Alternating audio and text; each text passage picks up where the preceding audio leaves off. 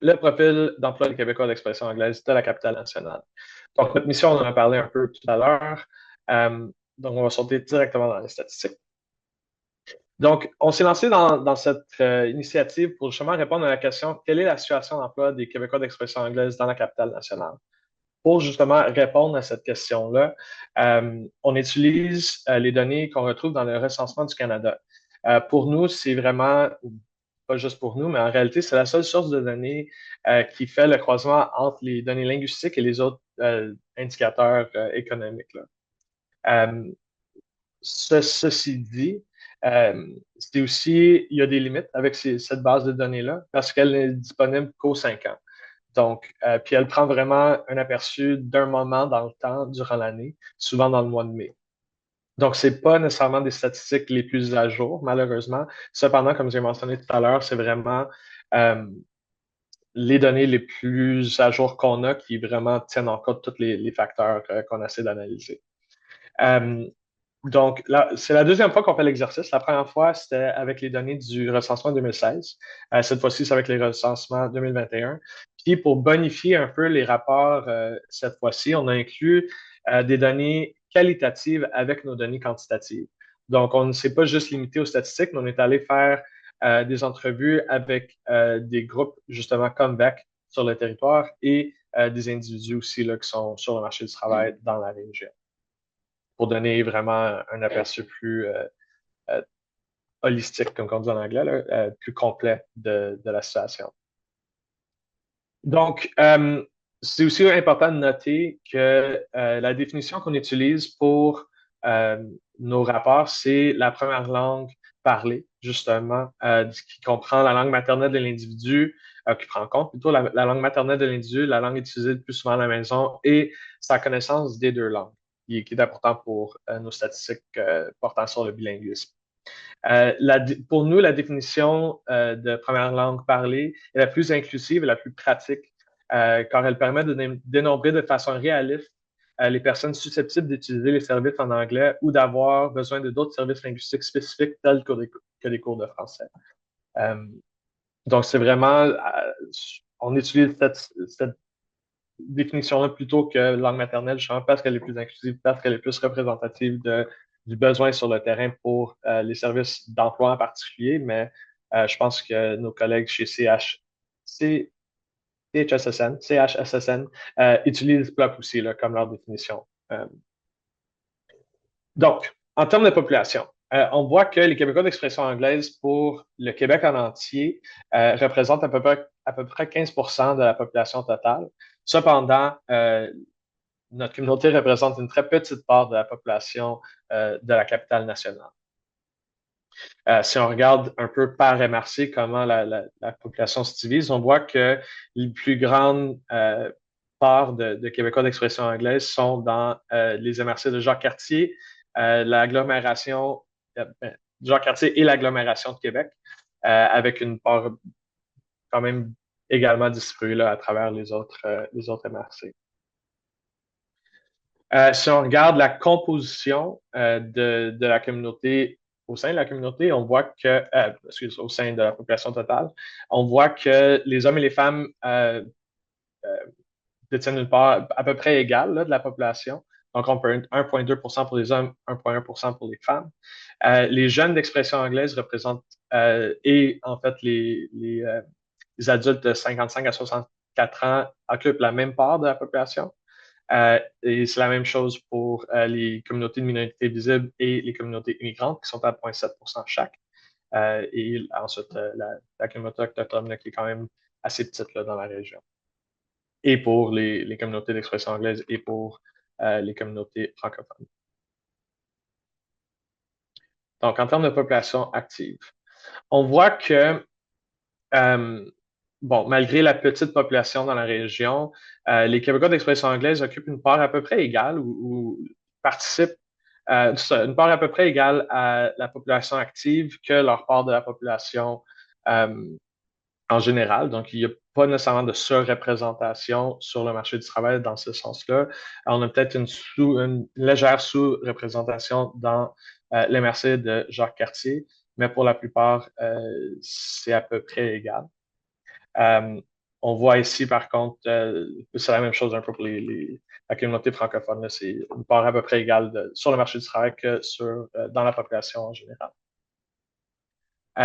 Si on regarde la distribution là, en chiffrons, si on veut, on voit que l'agglomération de Québec a vraiment la plus grosse part. Oh, excusez-moi, on ne peut pas surligner dans des présentations. La plus grosse part d'individus nets là, sur le marché du travail ou dans la population active, suivi par, encore une fois, l'MRC de Jacques-Cartier. Si on regarde les taux d'activité, on voit que, et au niveau de la province et au sein de la région de la capitale nationale, les Québécois d'expression anglaise ont un plus haut taux d'activité que les populations francophones. C'est pas des écarts énormes, mais on voit quand même que euh, la communauté participe sur le marché du travail et sont à la recherche d'emploi. On va voir plus tard, cependant, que ça ne se traduit pas nécessairement en succès quand on va regarder les données sur le chômage. Si on regarde un peu les taux d'activité par MRC, comme j'ai mentionné tantôt, les Québécois d'expression anglaise de la région entière ont un légèrement plus haut taux d'activité sur le marché du travail. On voit que c'est vraiment, il y a quand même des écarts plus importants si on regarde Port-Neuf et l'agglomération de Québec, où ce que les Québécois d'expression anglaise ont quand même la, la disparité là, des taux d'activité est plus grande. Il y a plus d'activité, en fait, que la population francophone. On voit que la communauté d'expression anglaise tire un peu de l'arrière dans Charlevoix, l'île d'Orléans, la côte de Beaupré et de Jacques-Cartier, malgré le fait que Jacques-Cartier est une des places où on retrouve ben, proportionnellement le plus de Québécois d'expression anglaise. Cependant, malgré la petite population en Charlevoix-Est, il y a quand même 6 là, de taux d'activité de plus pour les Québécois d'expression anglaise. Donc, on voit, bon, c'est pas uniforme à travers la région, mais la tendance est plus vers des hauts taux d'activité. Si on regarde par les sous-populations, justement, on voit que les hommes dans la communauté d'expression anglaise ont un plus haut taux d'activité que les femmes. On voit que cette tendance-là se maintient là, bon, dans les deux communautés linguistiques. Oui, Marie-Lou? Oui, juste pour bien comprendre, qu'est-ce qu'on entend exactement par taux d'activité? Est-ce qu'on est en emploi ou là, je saisis C'est les pas? gens qui participent sur le marché du travail, qui sont soit en emploi ou à la recherche d'emploi, mais qui ne sont pas des gens, disons, à la retraite ni aux études à temps plein. Parfait, merci. Pas de problème. C'est ça. Donc, dans les deux communautés linguistiques, on voit une plus grande un plus haut taux d'activité chez les hommes que chez les femmes. On voit aussi que les adultes âgés de 55 à 64 ans ont à peu près le même taux d'activité. Euh, Par contre, les Québécois francophones ont un plus haut taux d'activité euh, que, que la communauté d'expression anglaise là, de 15 à 24 ans. Puis on voit aussi des hauts taux euh, dans les populations minorités visibles, immigrantes et autochtones, en fait, plus que la moyenne du reste de la population d'expression anglaise. Là. Bon, on va rentrer dans les industries principales là, pour la communauté d'expression anglaise avec un petit aperçu aussi sur la communauté francophone. Donc, en termes de distribution là, à travers la région, on va aller un peu MRC par MRC, commençant par Charlevoix-Est. On voit que les top 3 industries ou les top 3 secteurs d'activité dans lesquels se trouvent les Québécois d'expression anglaise dans Charlevoix-Est sont l'hébergement et la restauration à 44 services administration, soutien et gestion de déchets à 33 les services professionnels, scientifiques et techniques à 22 à Charlevoix, on voit deux industries principales, l'industrie manufacturière et l'hébergement et restauration, divisés à peu près à 50 euh, Souvent, quand les chiffres sont très ronds, c'est que les populations sont très petites aussi. Là. Donc, si jamais vous voyez du 100 ou du 0 c'est pas vraiment... Les statistiques-là sont un peu aberrantes, un peu, surtout dues aux petites populations. Ceci dit, à Charlevoix, la distribution des secteurs d'activité est à peu près 50-50. À l'île d'Orléans, on voit que l'enseignement prend le premier rang à 42,9 %, suivi par les services professionnels, scientifiques et techniques et soins de santé en troisième place. Euh, Dans l'agglomération de Québec, on voit que les services professionnels, scientifiques et techniques à 13 % mènent, mais que la distribution est à peu près égale avec l'administration publique et le service d'enseignement à 12,7 et 12,5 % respectivement. On voit que dans Port-Neuf, l'industrie manufacturière est premier secteur d'activité, suivi par le commerce de détail et l'administration publique. À Jacques-Cartier, c'est l'administration publique qui prend le premier rang pour les Québécois d'expression anglaise, suivi par l'enseignement et les services professionnels, scientifiques et techniques. Et finalement, dans la Côte-de-Beaupré, l'industrie manufacturière, les services professionnels, scientifiques et techniques et l'administration publique occupent là, une part égale pour la distribution de la communauté d'expression anglaise là, dans ces secteurs-là. Si on regarde les industries, les 10 principales industries, je vais m'attarder aux trois premiers là, pour les deux communautés linguistiques, juste pour à des fins de temps. Mais on pourra vous envoyer tous les présentations là, pour la suite si jamais vous êtes intéressé aux autres statistiques. Mais pour le top 3 des principales industries pour les Québécois d'expression anglaise, on voit que 14 % de la population œuvre dans le domaine des administrations publiques. En deuxième place, c'est les services professionnels et techniques et scientifiques à 12,8 %, avec une part à peu près égale pour les services d'enseignement. Euh, Ensuite, pour les communautés francophones, les industries principales sont les soins de santé et assistance sociale à 15,3 % de la population francophone. 13,3 % de la population francophone travaille en administration publique. Et finalement, le commerce de détail occupe le troisième rang pour cette communauté linguistique. En termes de chômage, donc j'avais mentionné tantôt que les Québécois d'expression anglaise sont quand même actifs sur le marché du travail, sont à la recherche d'emploi. Cependant, on voit que il y a quand même un manque à gagner à comparer à la population francophone. Donc, si on regarde la province en entier, il y a un écart de 4 points de pourcentage entre les Québécois d'expression anglaise et la population francophone. Donc, les Québécois d'expression anglaise avec un taux de chômage de 10,9 % versus 6,9 %. Pour faire une comparaison avec 2016, on a vu que la population francophone est restée assez stable en termes de taux de chômage à 6,9 %, tandis que les Québécois d'expression anglaise ont vu leur taux de chômage accroître de 2 points de pourcentage, donc de 8,9 % à 10 %.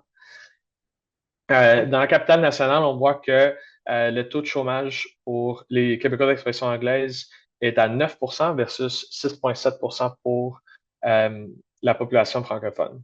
On a vu cependant des croissances dans les deux communautés au niveau du taux de chômage. Donc, un accroissement dans les deux, mais quand même un écart là, qui ne s'est pas nécessairement rapproché d'année en année. Ou de recensement à recensement. On s'entend que c'est chaque 5 ans. Donc, si on regarde par MRC les taux de chômage, on voit que ça saute aux yeux tout de suite. À Charlevoix, c'est des grosses disparités. On parle de plus de 20 % d'écart entre les communautés d'expression anglaise et les communautés francophones de cette MRC. On voit quand même que c'est des gros écarts, à part dans des endroits où les populations sont un petit peu trop petites pour tirer des conclusions. On voit qu'à Beaupré, il y a quand même un écart de presque 3 %. Même chose dans l'agglomération de Québec, semblable dans Port-Neuf. Et à Jacques-Cartier, les taux sont à peu près égaux, avec peut-être les Québécois d'expression anglaise qui ont un taux légèrement plus élevé. Mais que vraiment, il y a quelque chose qui se passe à Charlevoix à ce niveau-là. Est-ce qu'il y a des questions en passant rendu à ce point-ci? Non? Parfait. On va continuer. On va pas trop vite non plus? Non? Parfait. Donc, on a parlé de haut taux de chômage, mais qui sont les Québécois d'expression anglaise qui sont sans emploi? Donc, dans la région de la capitale nationale, on estime que 938 Québécois d'expression anglaise étaient au chômage en mai 2021. Parmi ces gens-là, on a une portion plus élevée d'hommes que de femmes au sein de la population d'expression anglaise qui sont au chômage. Donc, 54 % de taux de chômage pour les hommes versus 45,9 % pour les femmes d'expression anglaise. Un tiers des gens qui se retrouvent au chômage dans la capitale ou dans la région de la capitale nationale s'identifient comme étant immigrants. Environ un tiers sont issus de communautés de minorités visibles, donc 36,3%. Puis la moitié ont atteint un niveau de scolarité minimum de postsecondaire, donc postsecondaire ou plus, donc à 63,3%. Et la majorité ont travaillé à temps partiel avant d'être au chômage, donc à 60,8%. Bon, ça, regarde, c'est un peu un tableau qui résume là, ce qu'on avait vu tout à l'heure. Voilà, chômage. OK, c'est ça. Donc, taux de chômage global pour la communauté d'expression anglaise de 9%. Les hommes, euh, au sein de la population, c'est à peu près 8,8%. Une plus grande part, en fait, de la population de femmes est se retrouve au chômage, donc 9,4%. Euh, et c'est ça, les jeunes et les autochtones ont à peu près la même, ou les populations autochtones ont à peu près les mêmes taux de chômage. On voit que il y a quand même des grandes excusez-moi, là, disparités entre les jeunes des communautés linguistiques avec les Québécois d'expression anglaise qui ont 3,2% plus de chômage. Euh, Parallèlement là, avec les adultes de 55 ans et plus, je pense que c'est un écart de 4% à peu près. Euh, les communautés minorités visibles, quant à eux, ont quand même des taux de chômage semblables dans la région. Et les populations immigrantes anglophones performent moins bien que justement leurs homologues francophones. En termes de revenus.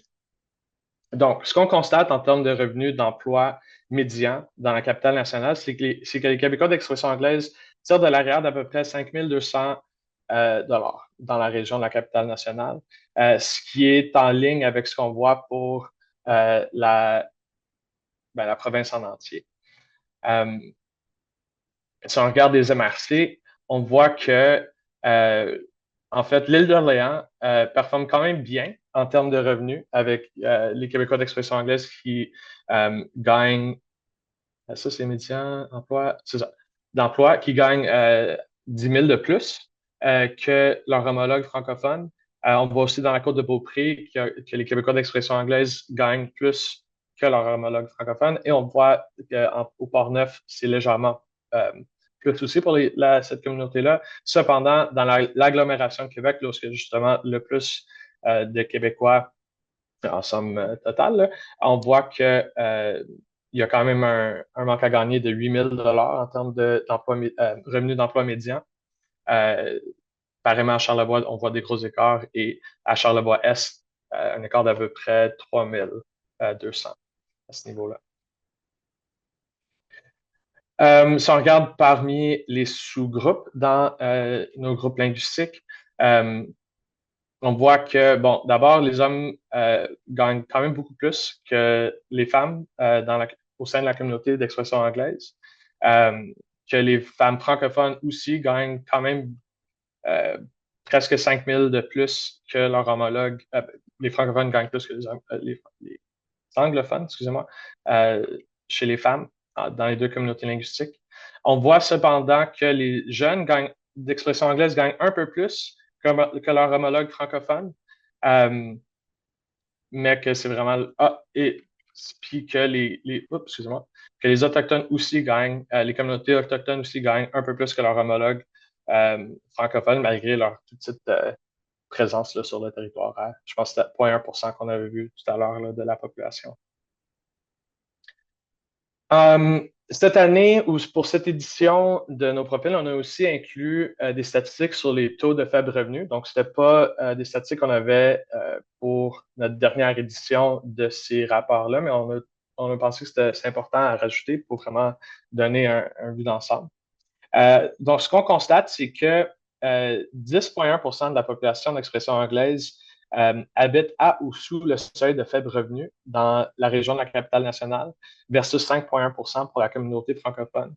On voit que ces disparités sont quand même très accentué là, dans l'agglomération de Québec et dans la côte de Beaupré. Puis ceci malgré le fait là, que cette MRC-là avait des taux plus hauts de revenus médians.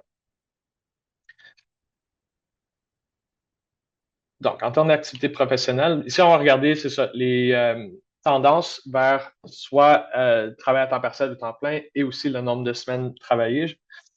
Puis on voit que dans la capitale nationale, il y a les Québécois d'expression anglaise, tout comme les communautés francophones, ont plus tendance à travailler à temps plein, ce qui est pour la communauté d'expression anglaise un peu contre la tendance qu'on voit au niveau provincial.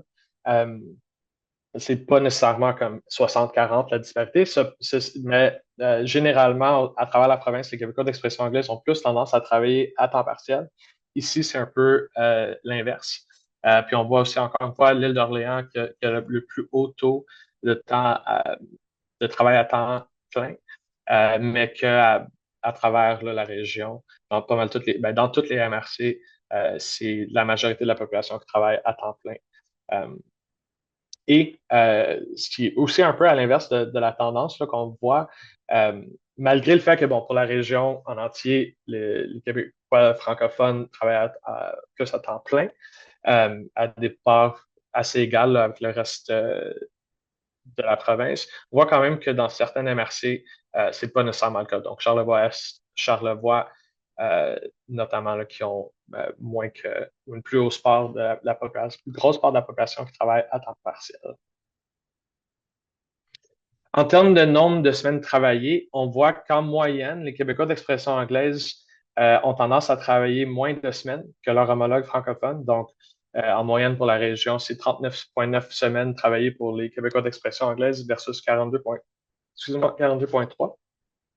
On voit qu'il y a quelques exceptions à cette règle-là, notamment dans l'MRC, l'île d'Orléans et à Charlevoix-Est, où les Québécois d'expression anglaise travaillent quand même nettement plus de semaines que leurs homologues francophones.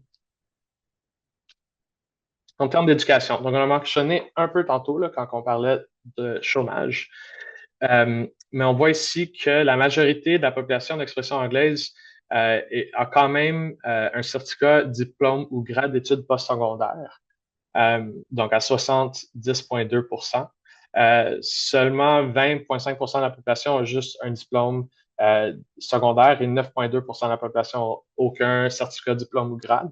Donc, c'est quand même une population qui est bien éduquée. Si on compare les deux communautés linguistiques en termes de niveau d'études postsecondaires, niveau d'études secondaires atteint, donc un minimum, comme on a mentionné tout à l'heure, 90,7 de la population d'expression anglaise a au moins un secondaire versus 86,8 de la communauté francophone. Puis c'est quelque chose qui se maintient là, à travers les MRC.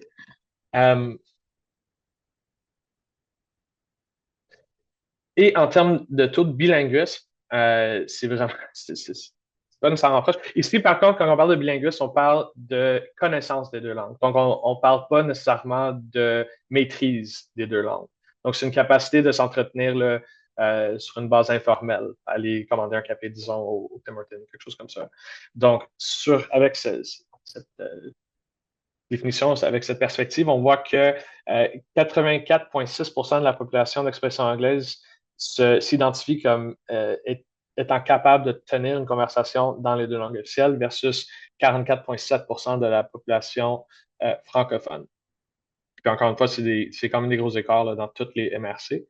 Puis c'est une tendance qui, bon, un peu plus élevée que la moyenne provinciale, mais qu'on voit là, dans la plupart des régions, que les Québécois d'expression anglaise ont quand même tendance à être s'identifier comme étant plus bilingues là, que les communautés francophones. Donc, en termes d'enjeux et de besoins qu'on a identifiés à travers nos recherches, pour nous, j'ai mentionné un peu tantôt qu'il y a comme un disconnect entre le fait que les Québécois d'expression anglaise sont quand même très actifs, ont une bonne éducation et s'identifient comme étant quand même assez bilingues. Cependant, il y a quand même la communauté vit quand même des hauts taux de chômage et gagne en moyenne moins que leur homologue francophone. Pour nous, une des obstacles principales, c'est justement c'est le manque de maîtrise de la langue française. Donc, une compréhension de base, oui, mais la maîtrise au niveau professionnel est manquante. Euh, puis, ce qu'il faudrait justement, c'est plus d'accès au programme de formation en français. Donc, le gouvernement a lancé Francisation Québec l'an passé, ou peut-être l'année d'avant, je me rappelle plus, le temps file. Mais récemment, bon, on vit peut-être des petites embûches à ce niveau-là en termes d'accès aux cours, mais c'est un besoin de la communauté, c'est d'avoir plus accès à ces cours-là.